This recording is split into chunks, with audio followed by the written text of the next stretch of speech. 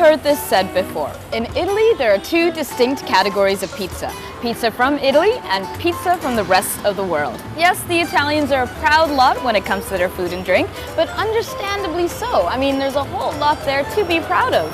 Now, pizza is one such source of pride, so I am here today at Ox and Tomato to sample a few pizza pies.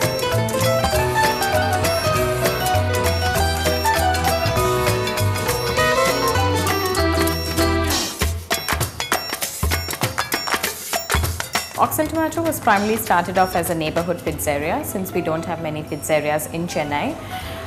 In addition to our thin crust New York style pizzas that we focus on, we serve some sandwiches, salads, some oil-free appetizers like the potato wedges, fish and chips. We also have a nice beverage list and an appetizing list of desserts.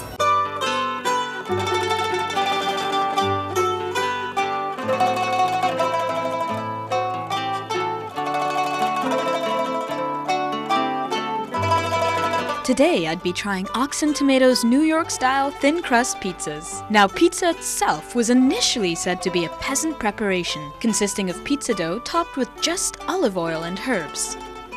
Soon, along with the introduction of the Indian water buffalo, came the addition of mozzarella cheese.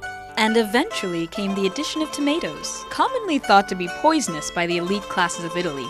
As we know now, this addition of tomatoes would change the face of Italian cuisine forever and is essential to many pizza bases.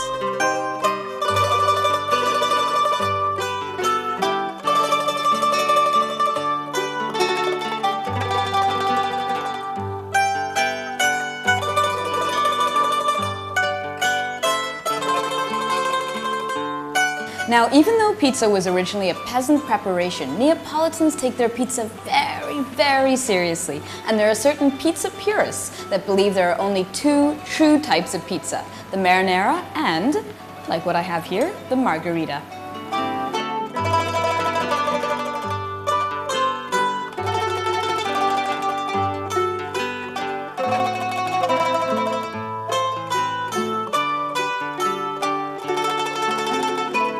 These two pizzas, the marinara and the margherita, are the preferred pizza choice of many Italians. The margherita is traditionally topped with tomato sauce, mozzarella cheese, and fresh, fragrant basil.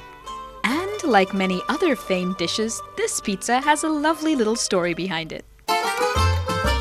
Once upon a time, there was a baker in Napoli named Raffaella Esposito. In 1889, Esposito had the honor of meeting King Umberto I and Queen Margherita of Savoy. And for this momentous occasion, he baked 3 of his finest pizzas.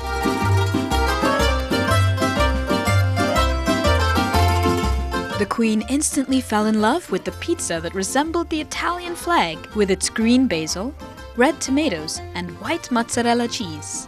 And so, Pizza Margherita was born. And I'm sure glad it was.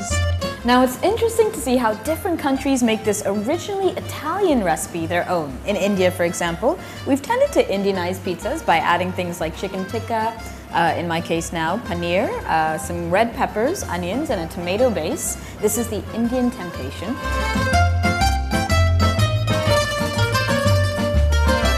In Japan, you'll often find eel and squid used as toppings on pizza, which I can't quite imagine, and also something called mayo jaco, which is a blend of mayonnaise, potato, and bacon. If you go to Brazil, you'll often find green peas on pizza, and Russians eat something called red herring pizza. Now, personally, I think I prefer my pizzas more simple, classic.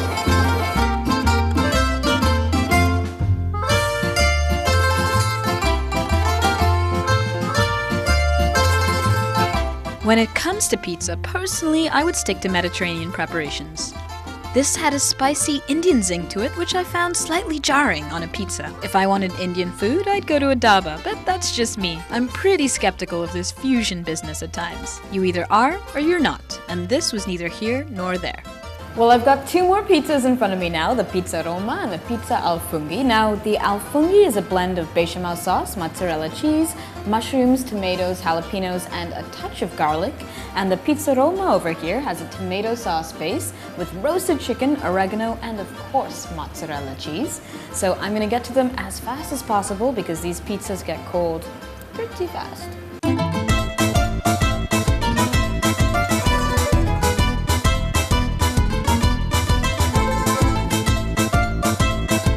pizza Roma had a rich and robust taste to it, simply bursting with flavor. My palate and I would definitely recommend you try this.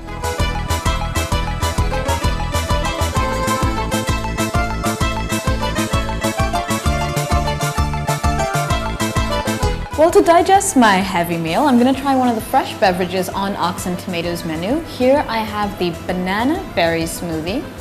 Let's see how this goes down.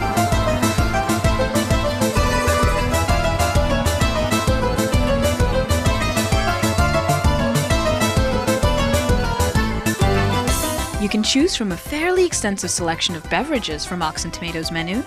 From iced teas to cold coffees, green teas, and milkshakes. One of my personal favorites is the chocolate milkshake, a must-try.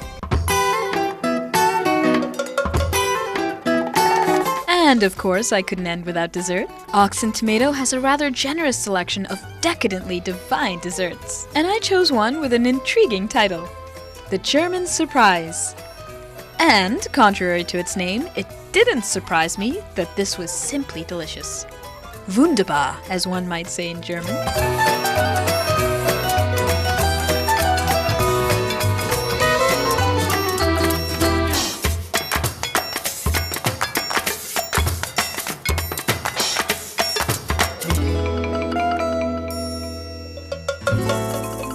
Okay, I thought I was too full for dessert, but this tastes just so incredible. It's got a very velvety sort of texture with crunchy bursts of walnut in between, and just a slightly fruity touch with the addition of a strawberry layer. Though the space is extremely compact, the variety and choice available on the menu makes up for this. I've also heard rumors of an interior makeover which would do wonderfully for the atmosphere of this cozy little hotspot. An average meal for two at Ox and Tomato will cost you approximately 500 rupees.